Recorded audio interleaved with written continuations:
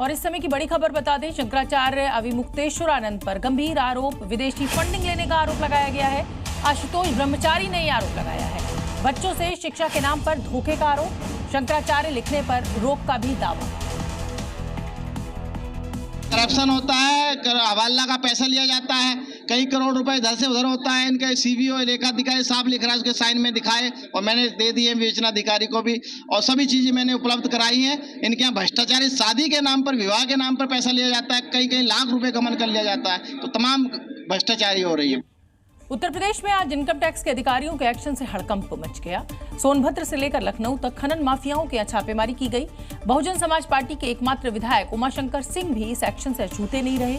ये कार्रवाई इतने सीक्रेट तरीके से हुई कि किसी को कानो कान खबर तक नहीं हुई। क्योंकि आयकर विभाग के अधिकारी जिन गाड़ियों में बैठकर निकले थे उनमें शादी का कार्ड लगा था। शादियों का सीजन चल ही रहा है, तो बाराती बने अधिकारी जब गाड़ियों से निकले तो किसी को संभलने का मौका ही नहीं मिला।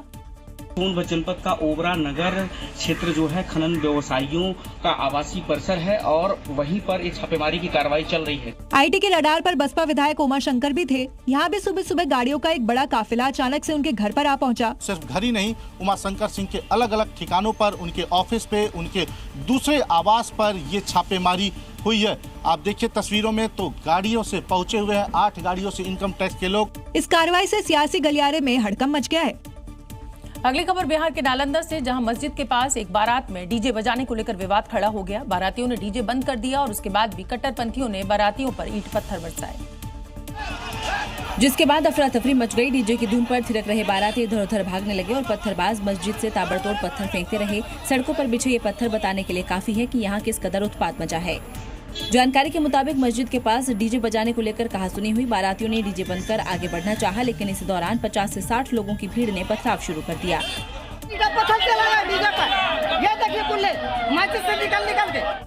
आरोप है कि बारात में शामिल हिंदू महिलाओं के साथ भी बदसलूकी की गई। पथराव के बाद इलाके में भगदड़ मच गई।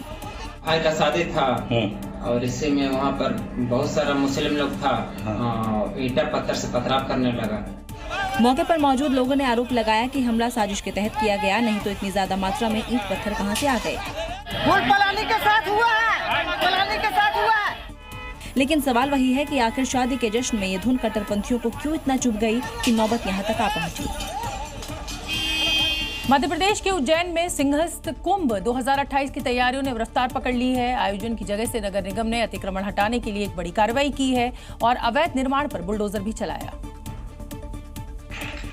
इस कार्रवाई में एक आश्रम पर भी बुलडोजर एक्शन हुआ। यहाँ 54 कमरों वाला 3 मंजिला भवन बनाया गया था, जिसमें एसी और नॉन एसी कमरे थे। इस भवन में अवैध रूप से होटल संचालित किया जा रहा था।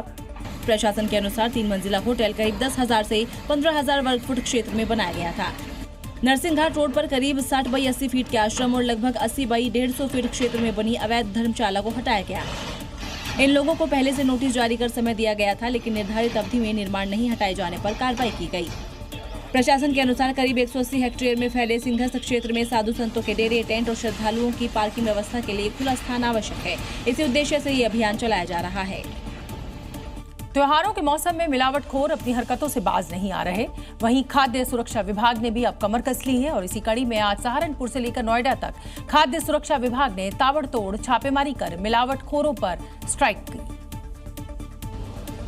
दूध, दही, पनीर, रसगुल्ला कुछ भी ठीक नहीं है। सब के सब नकली और मुनाफा कमाने की तैयारी थी, लेकिन खाद्य सुरक्षा विभाग ने सब पर पानी फेर दिया।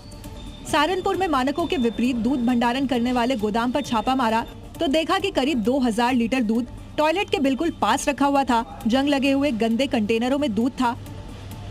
वहीं करीब 6.5 क्विंटल मिलावटी पनीर की जेसीबी ने कब्र खोदी।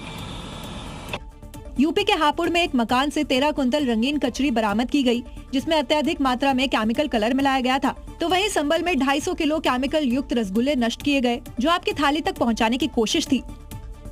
वहीं ग्रेटर नोएडा के एक गांव में भी करीब 200 किलो पनीर पकड़ा गया, जिसके सैंपल जांच के लिए भेजे गए और बाकी पनीर को नष्ट कर दिया गया। त्योहारों के मौसम में मिलावटखोरी पर सख्ती जारी है। रंगों के इस त्योहार में सेहत से खिलवाड़ बर्दाश्त नहीं होगा।